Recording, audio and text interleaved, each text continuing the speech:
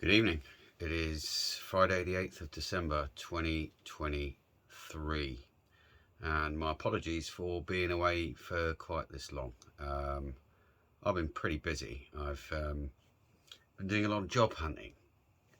I know what you're thinking, right? Another job this year? It's been quite a bumpy ride, I'm not going to lie. It's just been a hell of a crap year. I've been in and out of work like a whore is out of drawers, or in and out of drawers. So essentially, I was working for Travis Perkins PLC, and being a PLC business, they have to issue what their profits are going to be to the corporation City of London, because obviously there's investors and shareholders there that have vested interests, them old vested interests. And they went there at the beginning of the year saying, yeah, we're likely to make 350 million profit this year. And then they had to issue a second a profit warning, go back to the city and say, no, that's going to drop down to around 275 million, I think it was. And then that was going to drop further by a further 75 mil to 200 million. And 3 weeks ago today, I got taken into the office after being out in the van, delivering and collecting tools, and boss came up to me, can you come into the office? I thought I was getting a disciplinary or something because it had that sort of air of atmosphere about it. My boss was very shaky in his voice. Well, the branch manager, not actually my manager, because I worked in tool hire. And yeah, essentially we'd have received an email the previous day explaining that there was likely to be redundancies, but that would be announced within the coming weeks and months. Well, the following day I got the chop. So yeah, it's been really busy, just trying to get job applications out there, which that's the easy part. It's getting responses is the difficult part. So yeah, very disappointed that ended, but it is what it is. So yeah, that's why I've just not been focused on too much. I'm always sort of got my finger on the pulse as to what's going on. And yeah, especially with regards to these all the cameras going up, even in rural areas.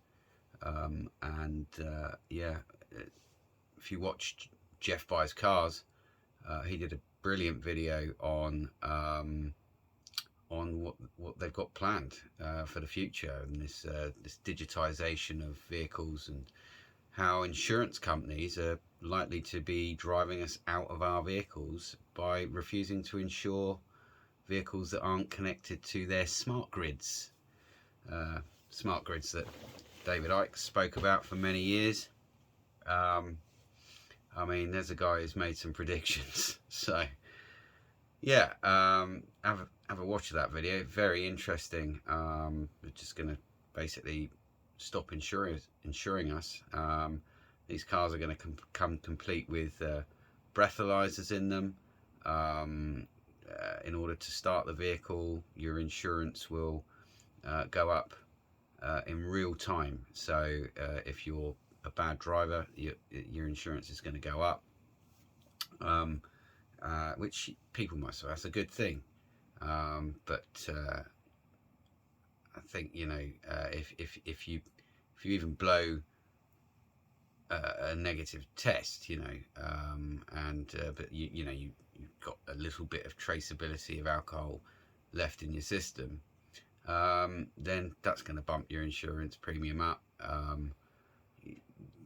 According to Jeff, how many people you're carrying in your car, that's going to bump it up. So some worrying things seem to be coming down the pipeline, and yeah. So, but what I really wanted to focus on today was the old Rona inquiry, and I want your thoughts on it. I want your thoughts on what you think the whole point of it is? Because I'm seeing it as a pretty pointless exercise, you know.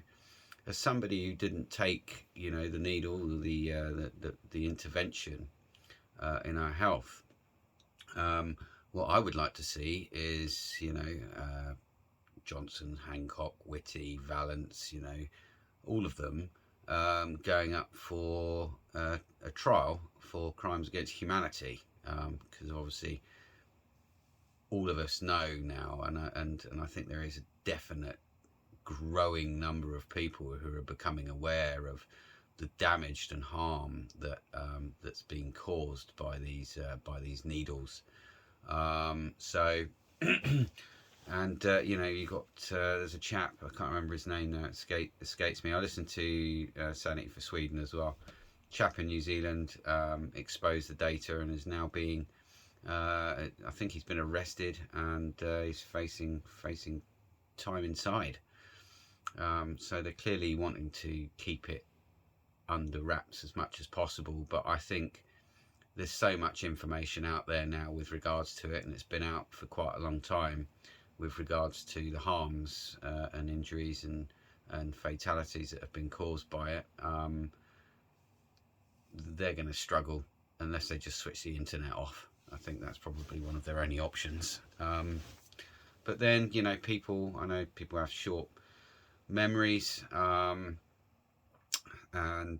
yeah, but that's what we would like to be seeing, isn't it? You know, like some real justice for the crimes that have been committed with regards to this issue.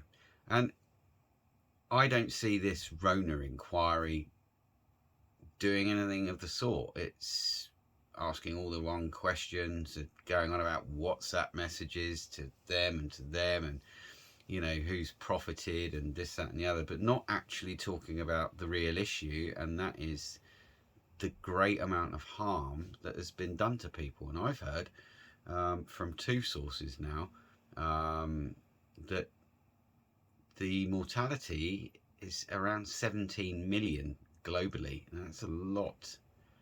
It's a lot of people. It's a lot of mums, dads, kids, loved ones who are no longer with us because they were duped by their government. And here's my take on what I think it is. I think this whole thing, the whole past, you know, 3 and bit years, has literally been a mechanism to take us to the point at which the Whiskey Hotel October are trying to push onto the world at the moment. I think it's Slovakia or Hungary. I think it's Slovakia. They've publicly announced that they won't be joining their treaty, and let's hope that more countries follow suit. I certainly don't hold up much hope for the UK. I think we are well and truly bought and paid for, and a lot of the